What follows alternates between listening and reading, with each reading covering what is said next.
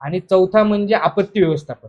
आता गेल्या 5 वर्षात अनेक पूर येऊन गेले आपल्याकडे छोटे मोठे. मग ह्यानंतरची पुढची परिस्थिती काय असू शकते हे आपण काही सांगू शकत नाही. शेवटी निसर्गावर आपण डिपेंड राहू शकत नाही. निसर्ग शेवटी कधी कुठच्या याने समोर येईल हे आपण सांगू शकत नाही. मग त्यासाठी आपत्ती व्यवस्थापन काय केलं इथे?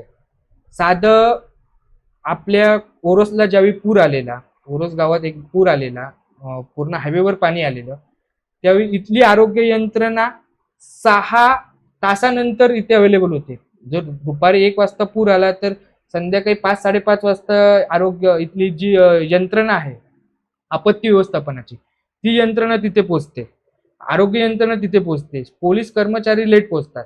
मग येऊन फक्त काय हात उभे करून राहतात. का तर त्यांना आरोग्य यंत्रणेला पाहिजे ज्या गोष्टी, लाईव्ह जॅकेट म्हणा, स्पीड बोट म्हणा, इतर कुठच्याच गोष्टी अवेलेबल केल्या नाही. माझं म्हणणं असं आहे, जर आपत्ती व्यवस्थापन करायचं असेल तर ग्रामपंचायत लेवलला त्या गोष्टीचं व्यवस्थापन करायला पाहिजे. ग्रामपंचायतीकडे काही अशी ठोस गोष्टी दिल्या गेल्या पाहिजे, लाईव्ह जॅकेट म्हणा, स्पीड बोट म्हणा, जेणेकरून कुठच्याही एका गावात जर पूरस्थितीचं आपत्ती आली तर तिथली लोकल आधी मेन काय ग्रामपंचायत, तर ती ग्रामपंचायत त्या पुराचा किंवा त्या गोष्टीचा सामना करण्यासाठी आधी प्रबळ असायला पाहिजे, मग बाकीची यंत्रणा.